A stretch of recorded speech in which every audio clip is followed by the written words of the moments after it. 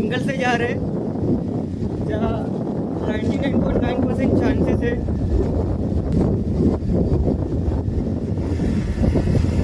ये यहाँ पे ये डैम से हम लोग क्रॉस कर रहे हैं, डैम जैसा बना हुआ है, लेकिन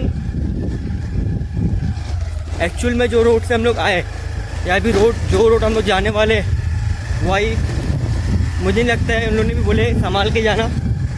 वहाँ पे आपको टाइगर के दर्शन देखने मिल सकते हैं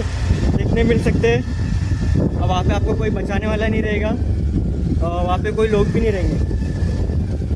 लेकिन मुझे भी एडवेंचर करना पसंद है, मेरे भाई को भी एडवेंचर करना पसंद है और वन को एक्सप्लोर करना हमारा जन्मसिद्ध अधिकार है। लुक एट द व्यू यार।